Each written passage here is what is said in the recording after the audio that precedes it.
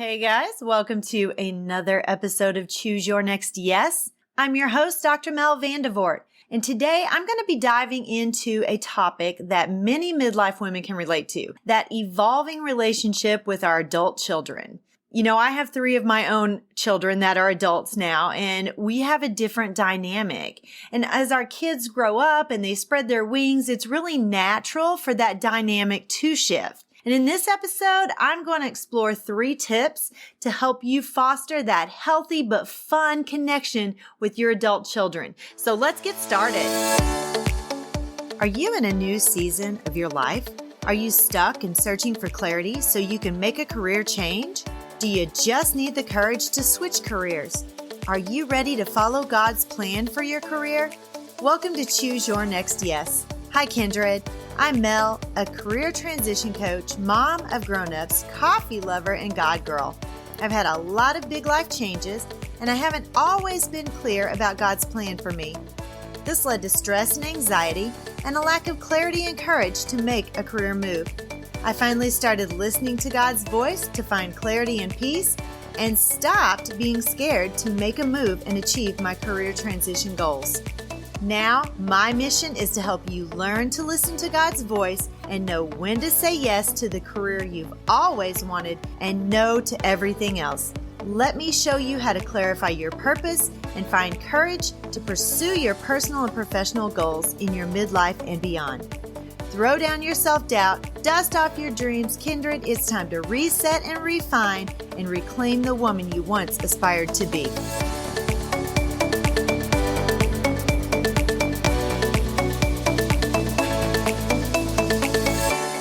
Hey guys, I am so excited to be back. As you know, I had COVID, and so it was a struggle getting some episodes out.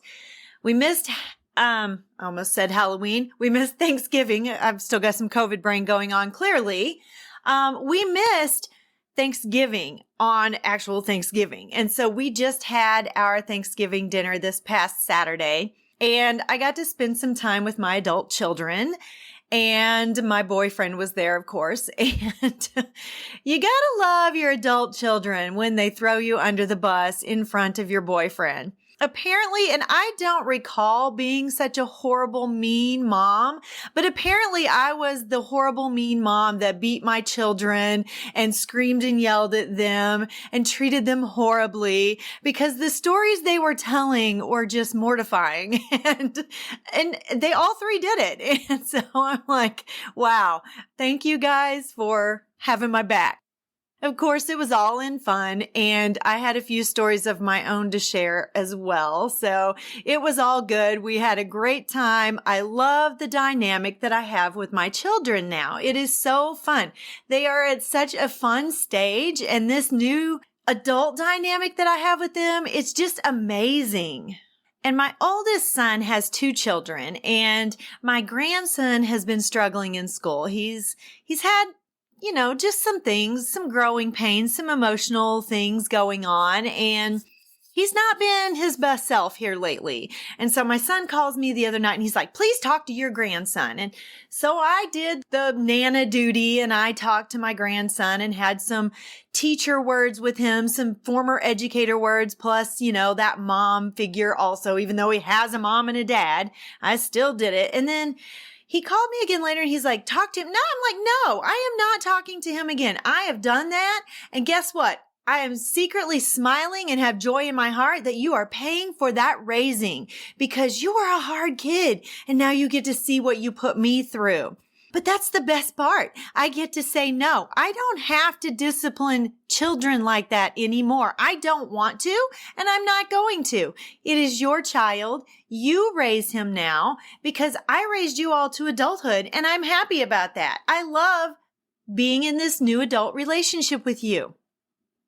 And I got to thinking about that. And a while back, I had joined some empty nester groups, and I noticed that there were some parents who were just really struggling with being empty nesters and their children being adults and not being in the home anymore. And that was really a struggle for them emotionally. And I have not been there. And so I had a hard time relating at first because I raised my children to be adults. I raised them to be independent. I am so proud of who they are now.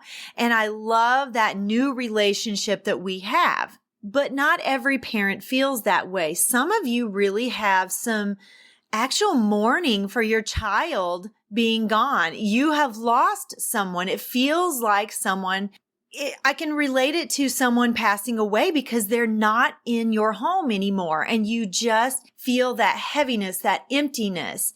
And while I never struggled with that, I've had a few moments here and there, and I've longed for that child dynamic again. But my oldest son took care of that because he had a grandchild for me immediately. So I really didn't even have to worry about that or struggle with not having that baby, that young person in our family network. And I did an interview one time with someone who was an empty nest guru, and they really helped me to reframe my thinking around how my feelings are different. And just because you guys are feeling something different than what I'm feeling, it's okay. And yes, I know that it's okay to have all of these different feelings. And I knew that deep down in my core, but having it verbalized to me was really solidifying in my head and really helped me be much more empathetic to those of you who don't have that feeling or those feelings that I have about having adult children now.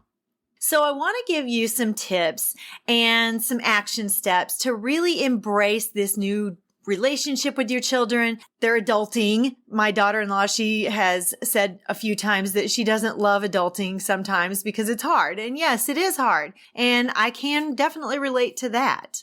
Now, she says it all in good fun because she loves being a mom and she loves taking care of her daughter and her stepson, which is my grandson, because she came into a family where she had a son immediately. As soon as she came into the family, she had a son that she did not birth. And she is an amazing stepmom to my grandson, and she loves him just like he is her own. And so it's funny just to hear her say those things because it's hard. It is hard being in that kind of a dynamic. But I want to go ahead and get started on the content for today, and that is those tips that I talked about. And tip number 1 is to embrace the independence of your adult children.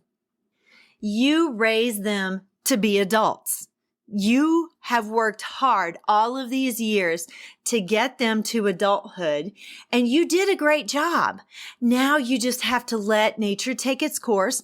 And you have to embrace that you did an amazing job as a parent raising those human beings.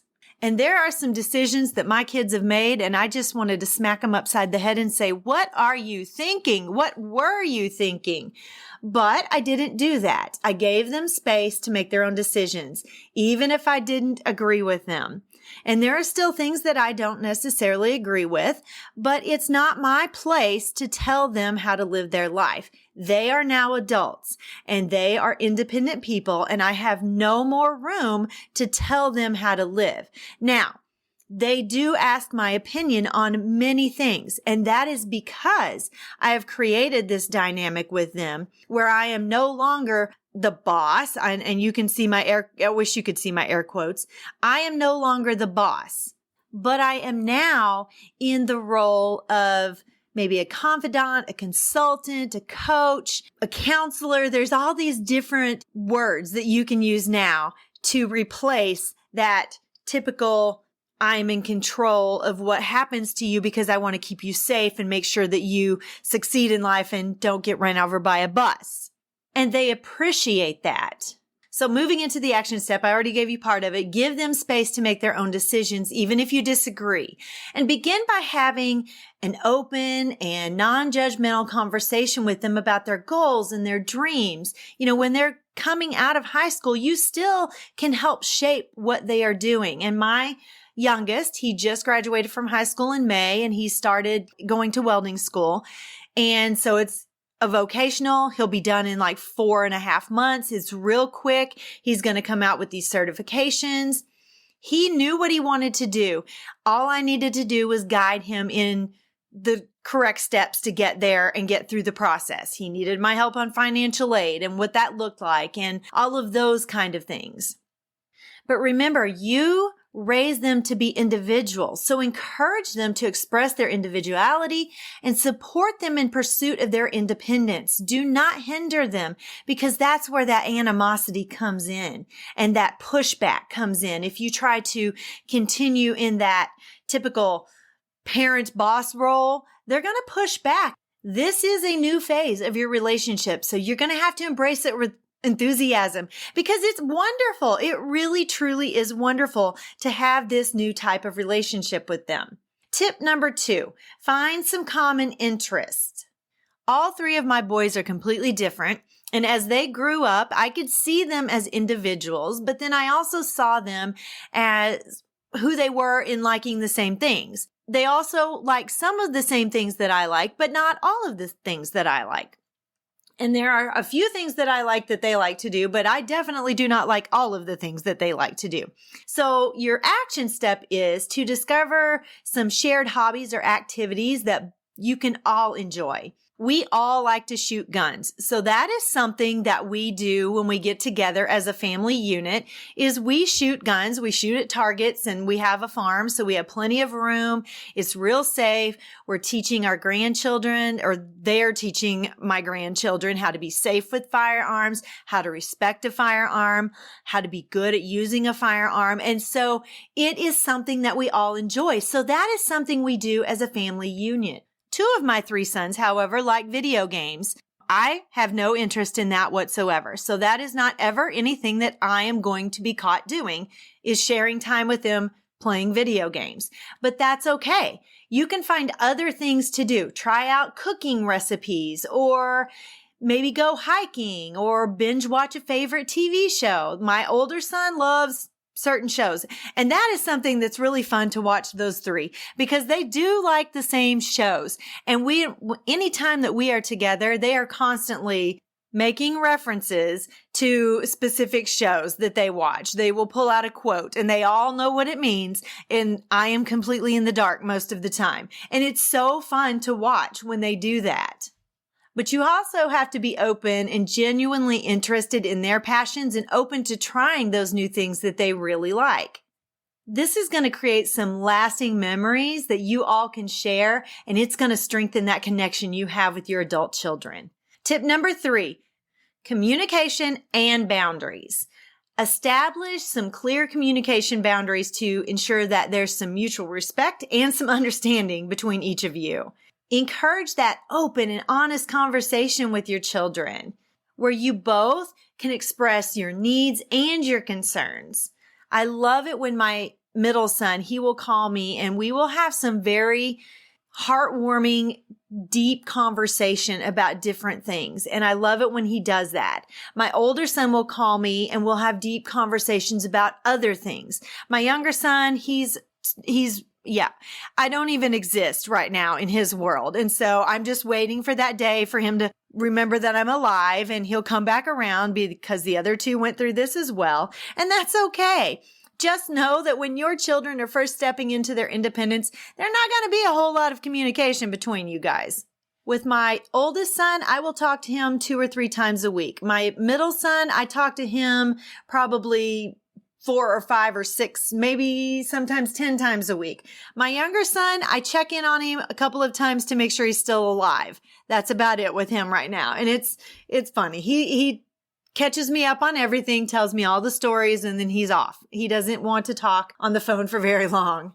Now, I am not where my children are. We are geographically very far apart from each other. So I can't go out on a mother-son dinner date or lunch date or anything like that. But if you are close and you can do that, that is wonderful, especially if you have girls and you want to connect with them and stay connected with them.